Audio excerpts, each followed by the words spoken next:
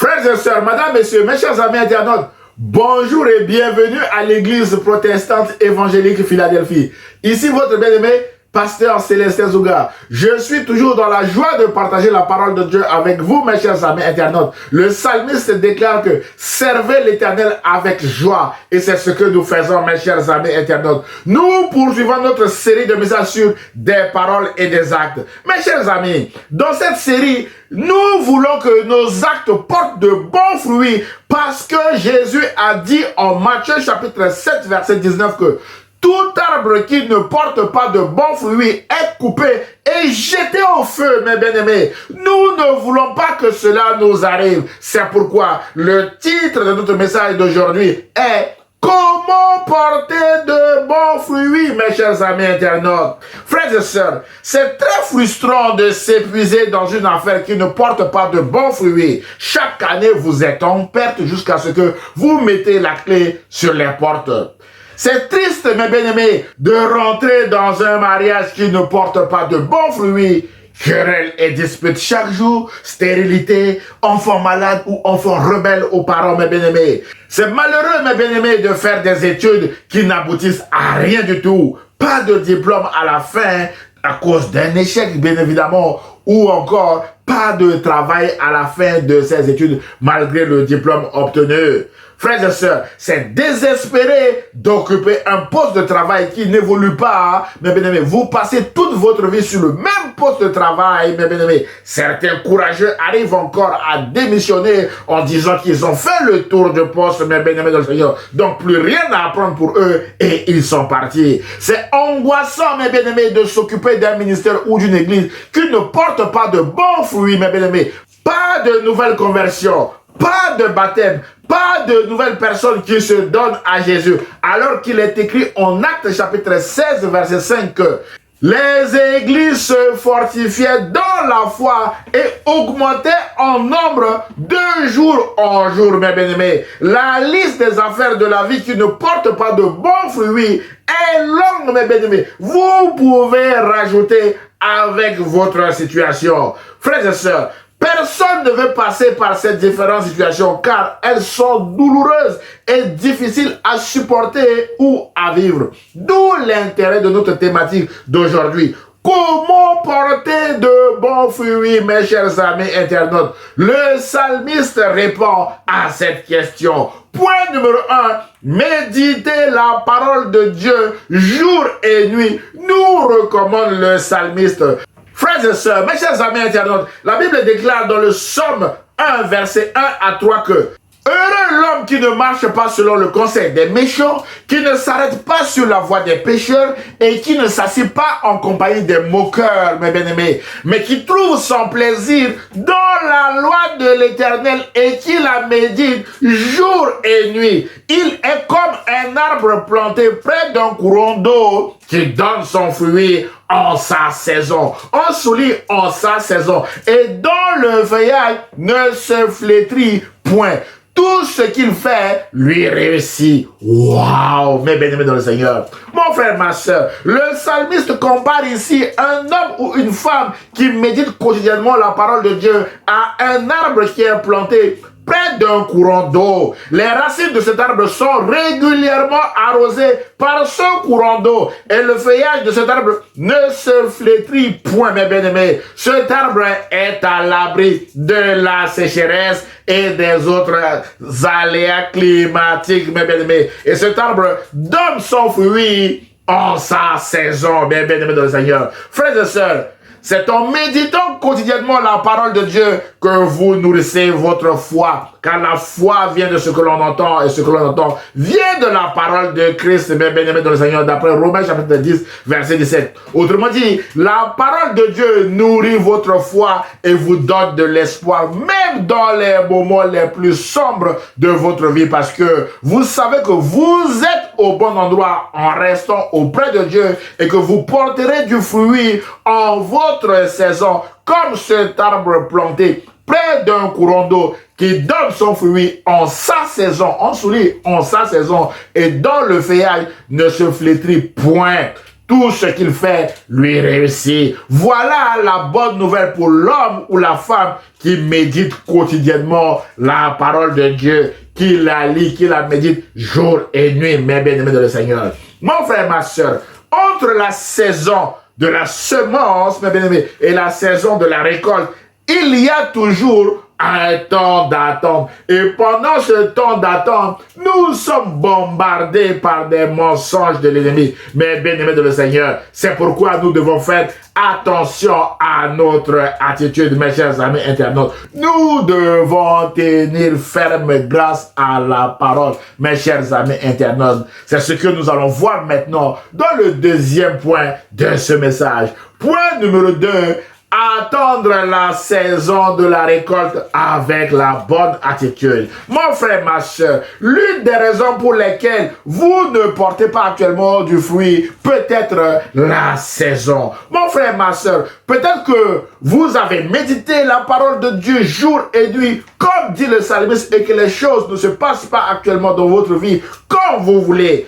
Pas de bons fruits pour vous encourager à persévérer dans votre appel, dans votre ministère, dans votre société, dans votre mariage ou dans une situation quelconque qui vous tient à cœur, alors que tous les autres autour de vous, mes bien-aimés, portent du fruit et se réjouissent, mes chers amis internautes. Mon frère, ma soeur, écoutez ceci. Vous servez un Dieu de saison. Le psalmiste précise que l'arbre qui est planté près d'un courant d'eau donne son fruit en sa saison. Peut-être que les autres sont déjà à leur saison de récolte, alors que vous êtes encore à votre saison de sémence, mes bien-aimés. Tout dépend aussi de la grandeur de votre champ, de la grandeur du champ de chacun, de quand vous avez commencé ou alors où vous avez commencé, mes chers amis internautes. C'est très important, ces paramètres, ces questions simples. C'est pourquoi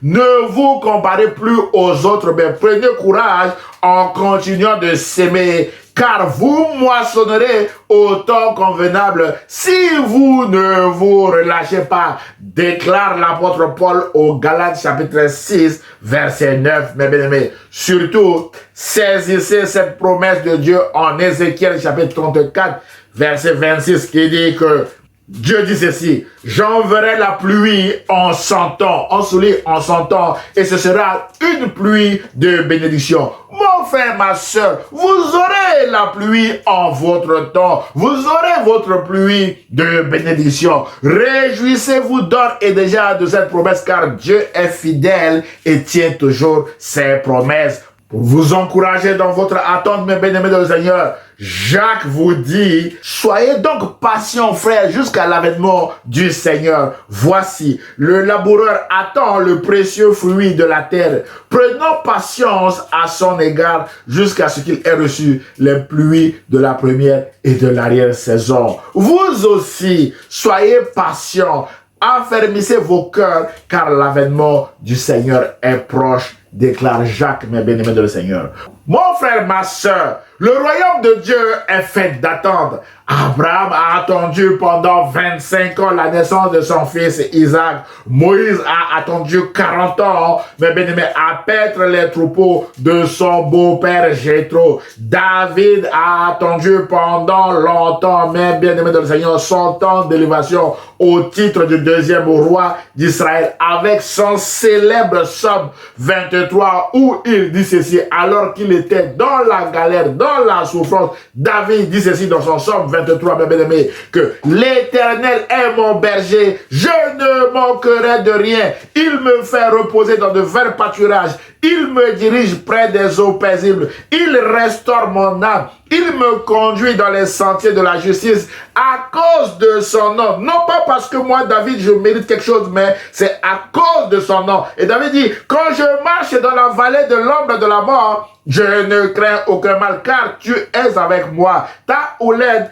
et ton bâton me rassurent, ô Dieu. Tu dresses devant moi une table en face de mes adversaires. Tu oinduis ma tête et ma coupe déborde. Oui, le bonheur et la grâce m'accompagneront tous les jours de ma vie et j'habiterai dans la maison de l'Éternel jusqu'à la fin de mes jours. Mon frère, ma soeur, à entendre ce son, nous avons l'impression que David était dans son jardin de roi en train de siroter quelque chose, mes chers amis internautes, et de déclarer ses paroles à l'Éternel. Non, mon frère, ma soeur, David était encore en fuite. David était encore dans la souffrance, mes bien-aimés dans le Seigneur. Mais David avait une bonne attitude, mes bien-aimés dans le Seigneur, envers Dieu avec son psaume 23. Et David a vu la gloire de Dieu. Mon frère, ma soeur, David a attendu avec la bonne attitude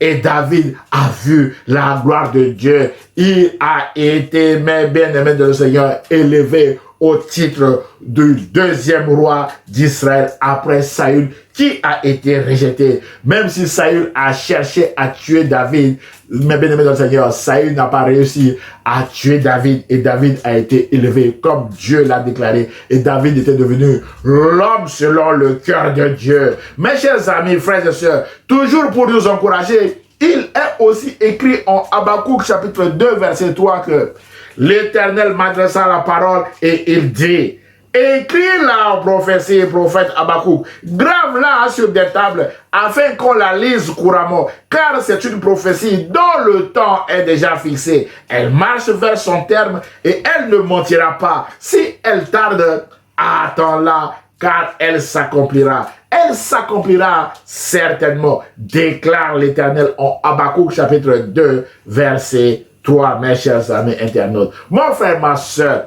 attendez votre saison de récolte avec la bonne attitude, sans murmurer, sans vous comparer aux autres. Et rappelez-vous surtout que tous ceux qui ont murmuré dans le désert contre Dieu n'ont jamais vu la terre promise, n'ont jamais vu la gloire de Dieu, parce que Dieu ne supporte pas ceux qui murmurent contre lui, mes chers amis internautes. C'est pourquoi l'apôtre Paul dira aux Philippiens: faites toutes choses sans murmure ni hésitation. Philippiens.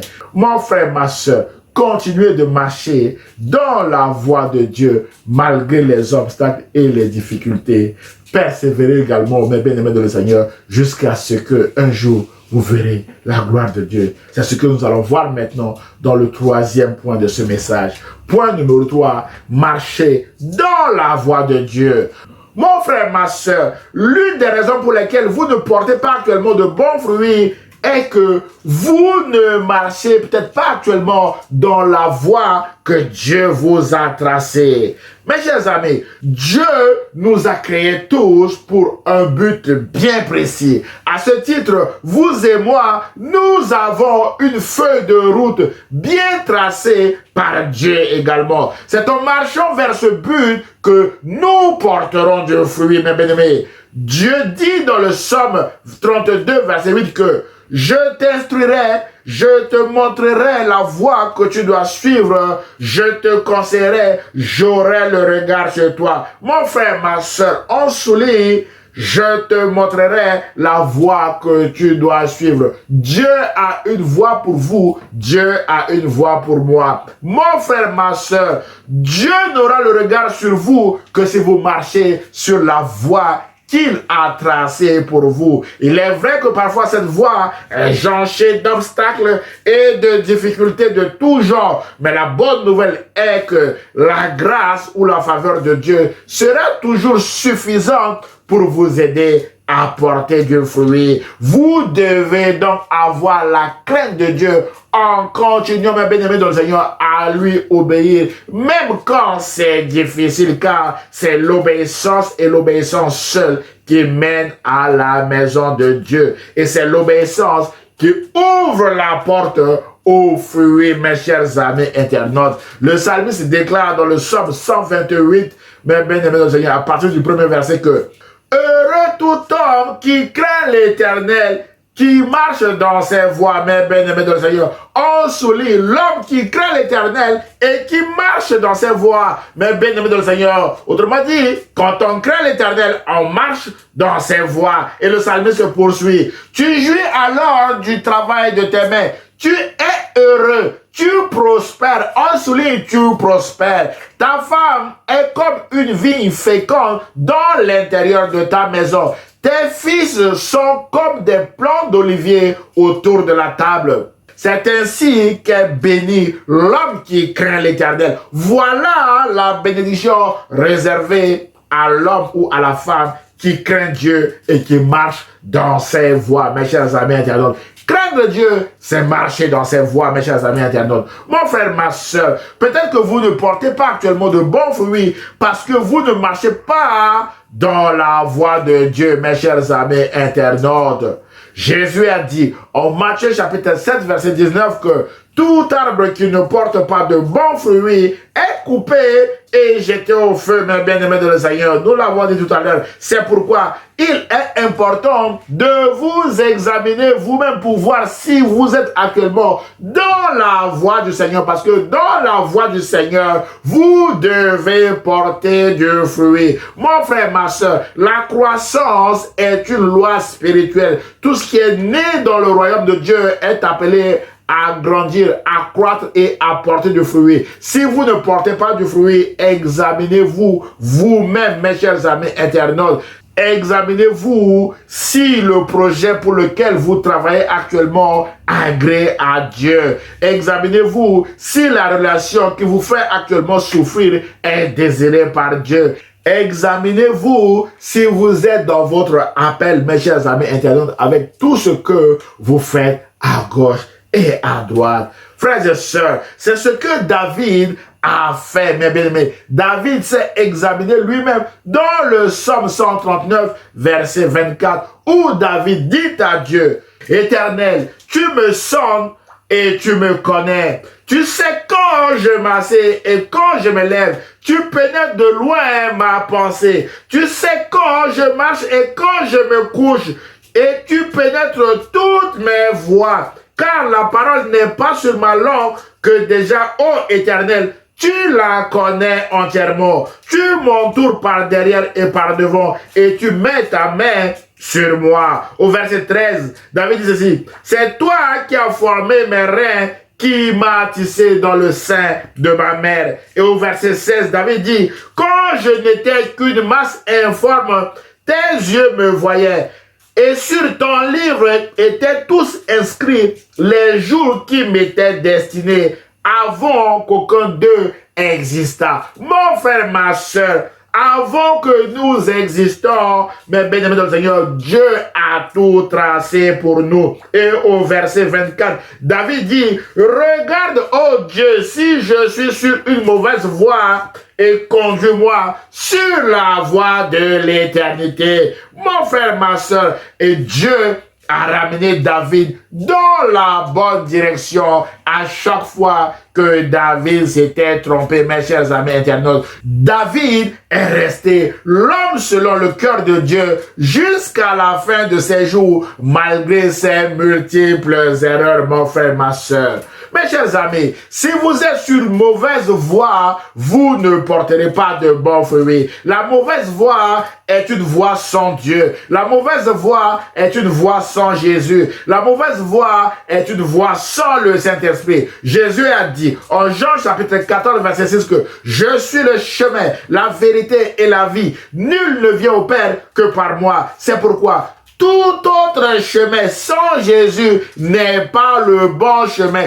Tout autre chemin sans Jésus est un mauvais chemin qui ne porte pas de bons fruits. Et tout autre chemin sans Jésus, mes bien-aimés dans le Seigneur, ne porte pas de bons fruits. Parce que Jésus a dit en Jean chapitre 15 verset 5 que « Je suis le cep, vous êtes les sarments. Celui qui demeure en moi et en qui je demeure porte beaucoup de fruits, car sans moi, vous ne pouvez rien faire. » Sans Jésus, nous ne pouvons pas porter de fruits. Sans Jésus, mon frère, ma soeur, vous ne pouvez pas porter de fruits. Mon frère, ma soeur, c'est en acceptant Jésus-Christ comme votre Seigneur et Sauveur, mes bien-aimés, c'est en marchant chaque jour avec Jésus-Christ que vous porterez de bons fruits, car sans lui, vous ne pouvez rien faire, mes chers amis internautes. Aussi, si vous marchez avec Jésus, vous devez garder ses paroles dans votre cœur et les ressasser jour et nuit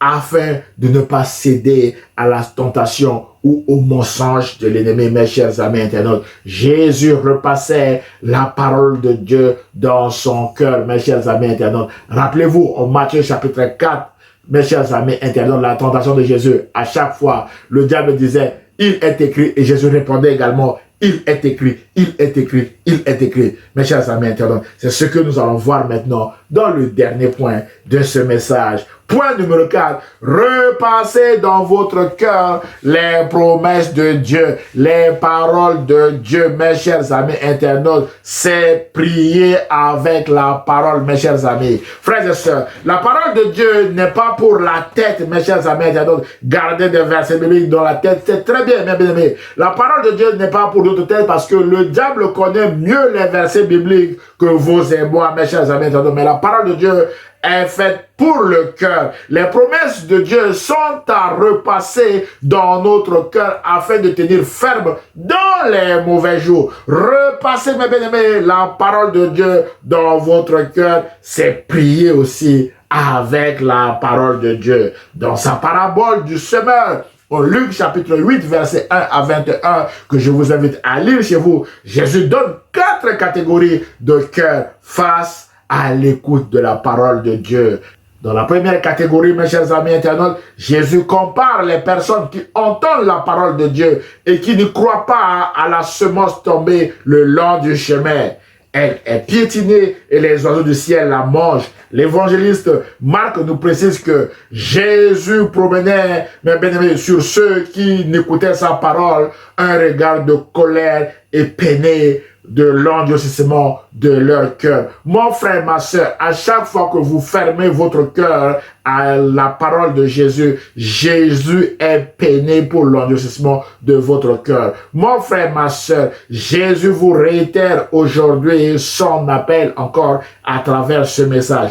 N'endurcissez plus votre cœur, mais acceptez Jésus-Christ comme votre Seigneur et Sauveur et vous verrez la gloire de Dieu. Mes chers amis, dans la deuxième catégorie, mes bien-aimés dans le Seigneur de Jean, Jésus parle des personnes qui croient, mais qui abandonnent au moment de l'épreuve. D'après Luc chapitre 8, verset 13. Frères et sœurs, Marie, la mère de Jésus, avait beaucoup d'épreuves dans sa vie, mes chers amis internautes, de la naissance jusqu'à la crucifixion de Jésus. Frères et sœurs, mais la bonne nouvelle est en Luc chapitre 2, verset 19, où, mes bien-aimés, il est écrit que Marie gardait toutes ces choses et les repassait dans son cœur. Et Marie était au pied de la croix. Marie était aussi dans la chambre haute avec les 120 disciples qui persévéraient dans la prière, mes chers amis. Et Marie a vu la gloire de Dieu. En effet,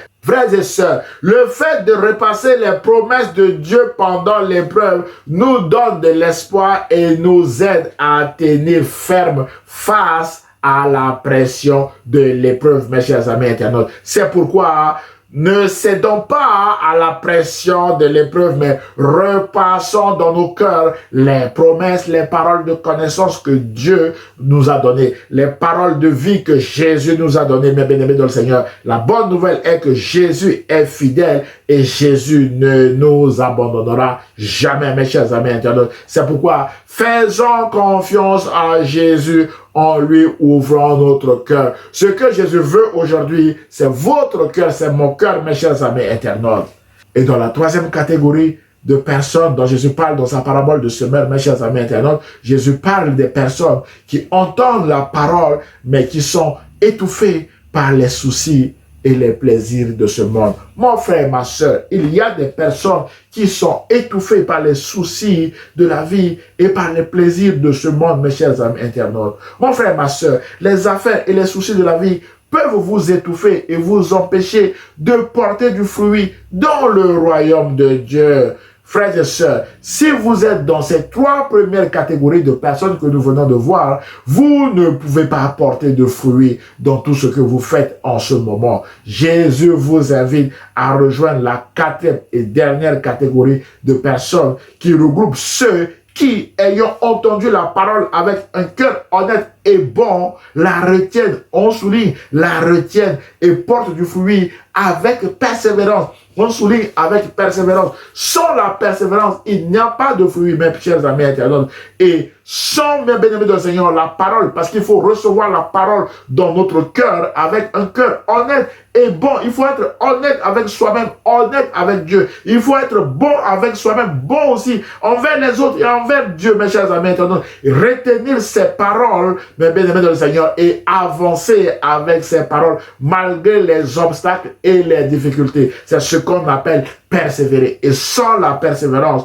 il n'y a pas de fruit. Que Dieu nous aide à persévérer avec toutes les promesses qu'il nous a déjà données, mes chers amis internautes. Mon frère, ma soeur, ce que Jésus veut est votre cœur. C'est pourquoi Jésus a dit en Apocalypse chapitre 3, verset 20 que « Voici, je me tiens à la porte de votre cœur et je frappe. Si quelqu'un entend ma voix et ouvre la porte, j'entrerai chez lui, je souperai avec lui et lui avec moi. » Mon frère, ma soeur, Jésus veut entrer dans votre cœur aujourd'hui. Si vous entendez sa voix à travers ce message, n'endurcissez pas votre cœur, mes chers amis internautes. C'est un appel de grâce à la repentance. C'est un appel de grâce à ouvrir votre cœur. C'est à vous d'accepter cette grâce, mes chers amis internautes. Alors, acceptez cette grâce en laissant Jésus entrer dans votre cœur. C'est alors que vous aurez la vie, mes chers amis internautes. Un cœur sans vie est un cœur voué à la mort éternelle. C'est pourquoi